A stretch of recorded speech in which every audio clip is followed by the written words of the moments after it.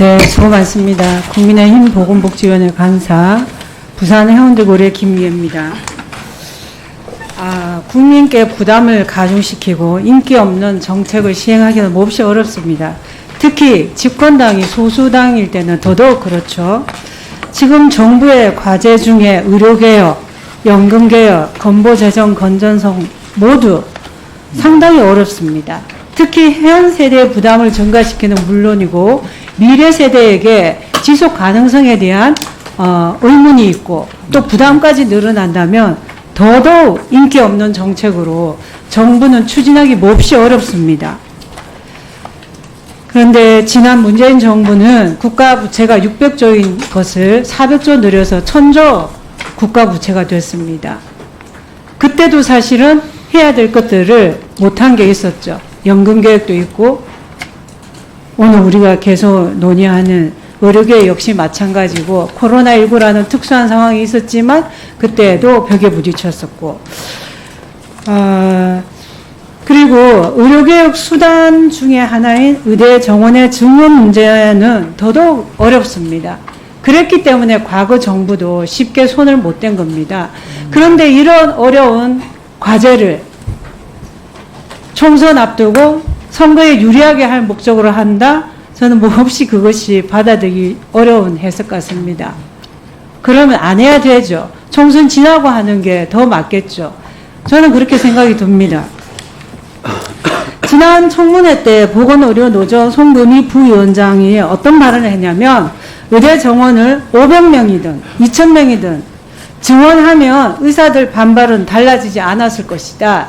이것이 뭐냐면 오랫동안 보건의료 현장에 계신 분이 보고 느낀 것이고 지금 사실은 의대 정원 증원 문제가 불거지니까 해야 된다는 필요성은 공감하면서도 이게 대해서 일어나는 부작용에 대해서는 사실 한 목소리로 어떻게 해소할지 저는 그러한 건설적이고 생산적인 논의가 최소한 우리 보건복지위원회에서만큼은 이루어져야 되지 않나 그런 생각을 합니다.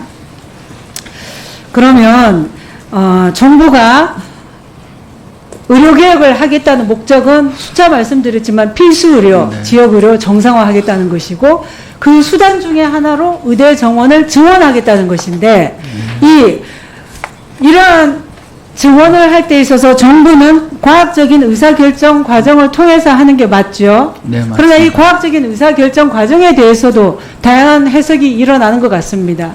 그 해석이 저는 다를 수는 있겠지만 그러면 최소한 과학적인 방법은 제안을 할 필요는 있다고 생각합니다. 어떻습니까, 장관님? 네, 맞습니다. 그게 의료계가 됐든 어디가 됐든 그러면 어떤 것이 과연 과학적인 방법인지 지금도 정부는 수급 관련해서 수급 추계위원회를 구성했죠. 네, 그렇습니다. 그리고 과거에도 제가 보니까 5년마다 관련해서 이러한 논의는 계속 해왔습니다. 맞습니까? 네, 맞습니다. 보건사회연구원이 수행한 연구가 보건의료인력지원법에 따라서 정부가 의무적으로 5년마다 실시하는 중장기 수급 체계가 있죠. 예, 2010년에도 했었고 2015년에도 동일하게 수급 추계를 실시했습니다. 2010년에 추계 결과 25년에는 2050명 부족하고 15년에 수급 추계한 결과는 30년에 이르면은 4267명이 부족하고 2020년 수급 체계에 따르면 35년에 9654명이 부족하다. 이것이 한국보건사회연구원에서 지난 정부 때 5년씩 계속 한 결과죠. 네. 그러면은 이에 따라서 2025년에도 또 해야 되겠죠. 예. 그런데 네. 지난 정부에도 현재 의사수 부족한 게 한 5,000명이라고 이렇게 발표를 했죠. 그래서 지난 정부에도 400명씩에서 10년 동안 4,000명을 증원하겠다고 한 거 아닙니까? 네. 그리고 이에 따라서 미래 의사 인력 수급에 대해서 국책연구소 등 세계 연구기관에서 추계한 보고서가 수차 우리 위원회에서 나온 것처럼 2035년에는 현재 대비 10,000명 수준의 의사 부족을 전망하고 있습니다. 이런 거를 통합한 것이고 또 하나는 우리는 지금 27년 동안 의대 정원을 단 한 명도 늘리지 못했습니다. 그리고 2000년 의학 분업 당시에 2006년까지 정원을 351명을 감축해서 2006년부터 3058명으로 딱 고정되어 있죠. 예. 그러면 그때 351명을 줄이지 않았더라면 19년 동안 6,700명의 의사가 배출되었습니다. 맞습니까? 예. 그러면 사실은 지금처럼 이렇게 심각한 문제가 대두되지도 않았겠죠. 좀 더 가볍게 할 수도 있는 거 아니었습니까? 네. 그러면 저는 지지난 정부들 역시 지난 정부나 또 국회나 상당한 고민을 했던 거라고 저는 보여집니다. 그리고 그 당시에도 여러 반발이 있었기 때문에 그것을 국민의 목소리를 들어서 추후에 일어날 일들을 다소 예상은 하면서도 그걸 목소리를 반영한 걸로 저는 봅니다. 맞습니까? 네, 그런 것 같습니다. 그리고 또 하나는 정부가 2,000명을 발표를 했지만 국민의 소리를 외면 못하죠. 지금 당장 집단 행동으로 인한 이런 문제들.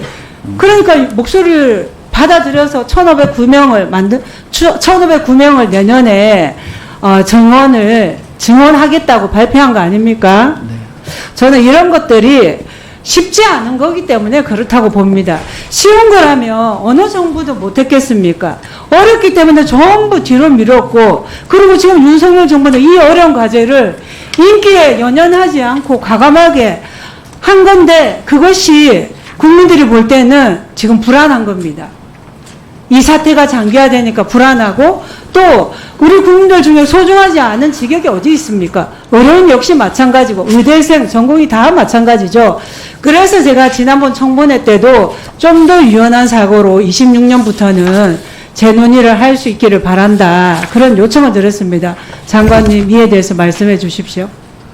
예, 제가 그 브리핑 때도 여러 번 말씀드렸지만은 2026년에 그 의대 정원은 저희가 교육부가 지난 5월 말에 2,000명이라고 발표를 했지만 그거에 얽매이지 않고 의료계가 이제 합리적인 안을 제시를 하면 같이 토의를 해가지고 합리적인 결론을 내겠다고 여러 번 말씀드린 바가 있습니다. 네, 보건복지부 현안이 참 많습니다.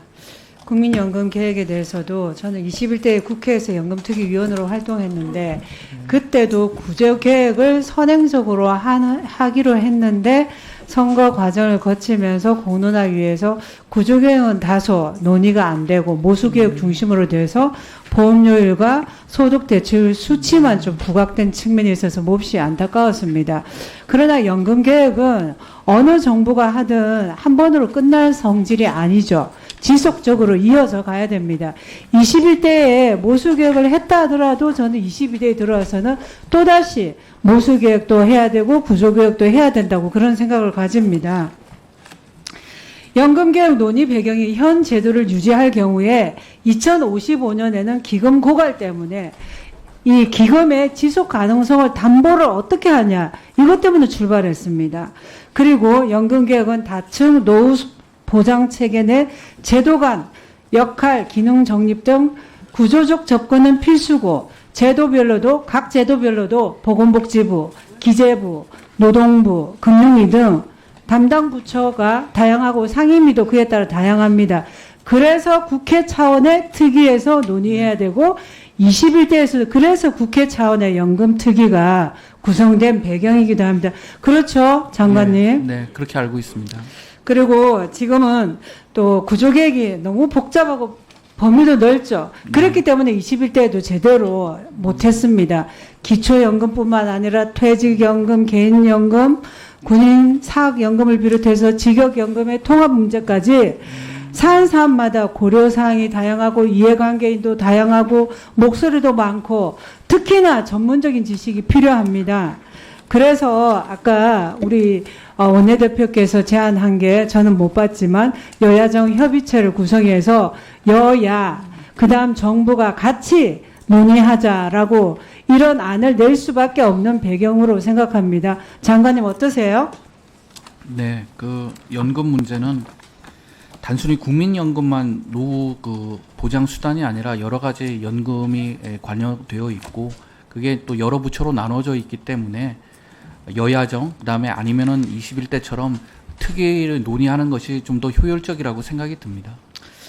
그리고 간호사법에 대한 여러 질의가 있었고 응답이 있었는데 저도 이제 간호사법과 지금 발의된 간호법에 대해서 비교 검토를 했었고 또 개별적으로도 약사회, 대한의협, 간호조무사회, 간호사회, 집행부를 만나서 들었는데 오늘도 그에 따라서 투약의 문제 이런 것들은 문제 있다라고 제기를 하셨는데 또 들여다보니까 현장에서 임의로 처방하고 조제하는 것이 아니라 예. 의사의 지도하에 처방되고 조제된 약을 단순 네. 투약하는 그런 개념이더라고요. 예. 그렇다면은 법안 심사 과정에서 그런 논의를 해서 그 결과를 담으면 될 것으로 저는 봅니다. 그 나머지 것들도 21대에서 정부가 제의 요구를 했고 거부될 때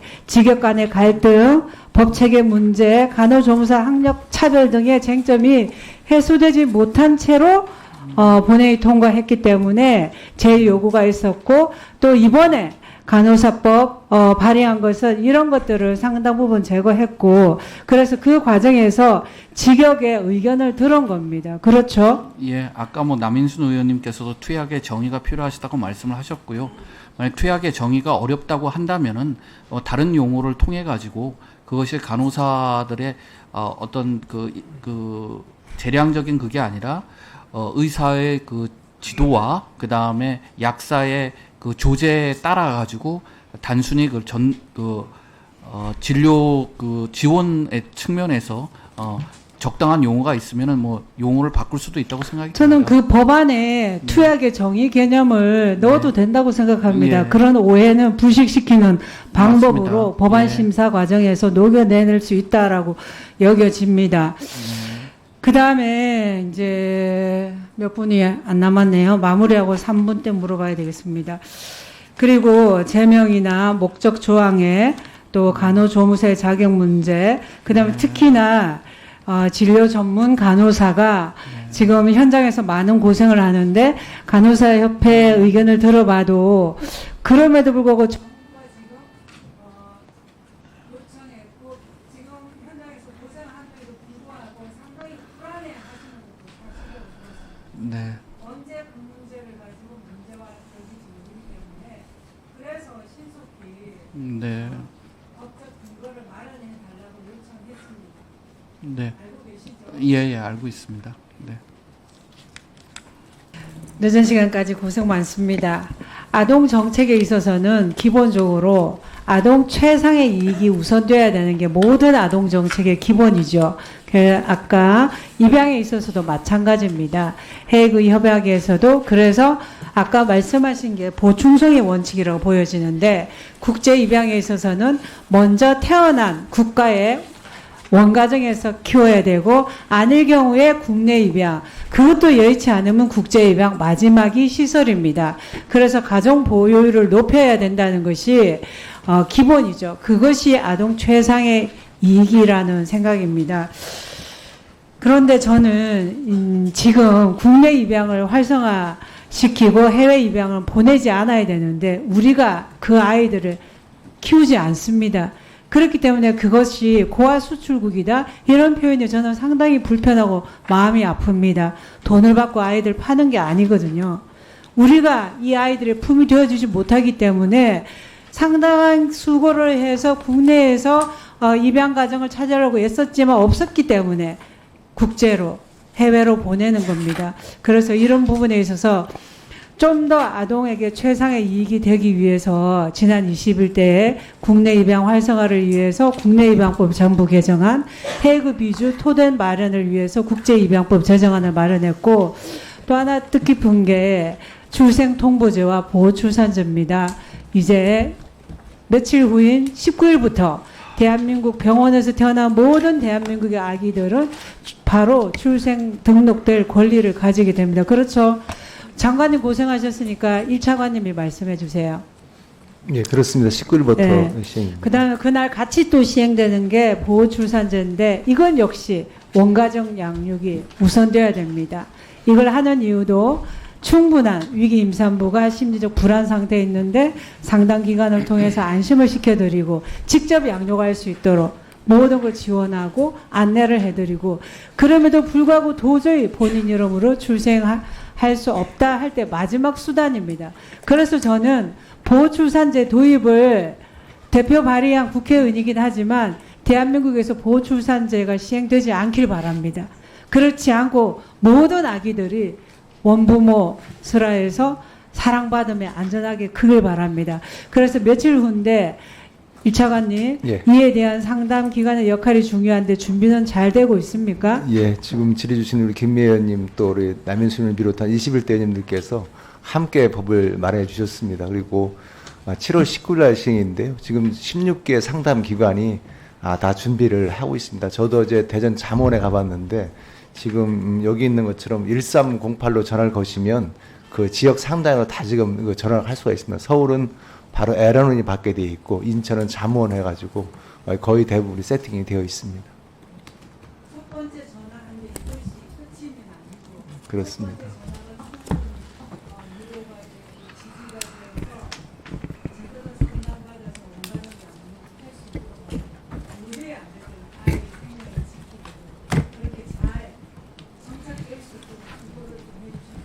예, 의원님들의 그 입법 취지에 맞게 잘 준비하도록 하겠습니다. 고맙습니다.